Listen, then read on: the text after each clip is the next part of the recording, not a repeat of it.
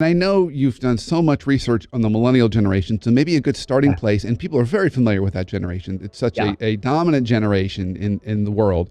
So tell us a little bit about what makes Gen Z maybe different. So maybe that's a good starting place for this. Yeah. Well, I think the biggest mistake we often make as employers, parents, coaches, teachers, is to think that Gen Z is just a continuation of the millennials, and they are not.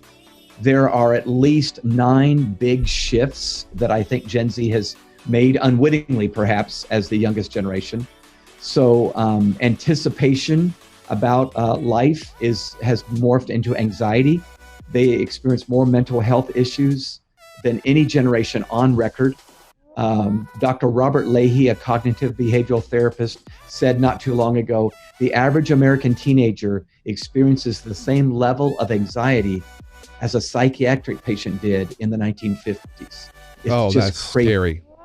Yeah, so depression, anxiety, panic attacks, not everywhere, but a growing number. Why do you think that is? I think it's a number of reasons. It's a perfect storm of several, not the least of which is social media. I think we all got ambushed by what social media would do to our brains. And so I'm not anti-social media. We're on social media platforms. But here's the latest data, just to give you one quick overview. Dr. Jean Twenge, a friend who's at San Diego State University, has overseen a study called Monitoring the Future. And she tells us when a young person spends less than 2 hours a day on social media, they're less vulnerable to anxiety and depression. The moment you go over 2 hours, you become increasingly vulnerable to anxiety and depression. Wow. So again, it's not solo, but it's enough to make me say as a parent, hey, guys, just, limit it, moderation. Yeah.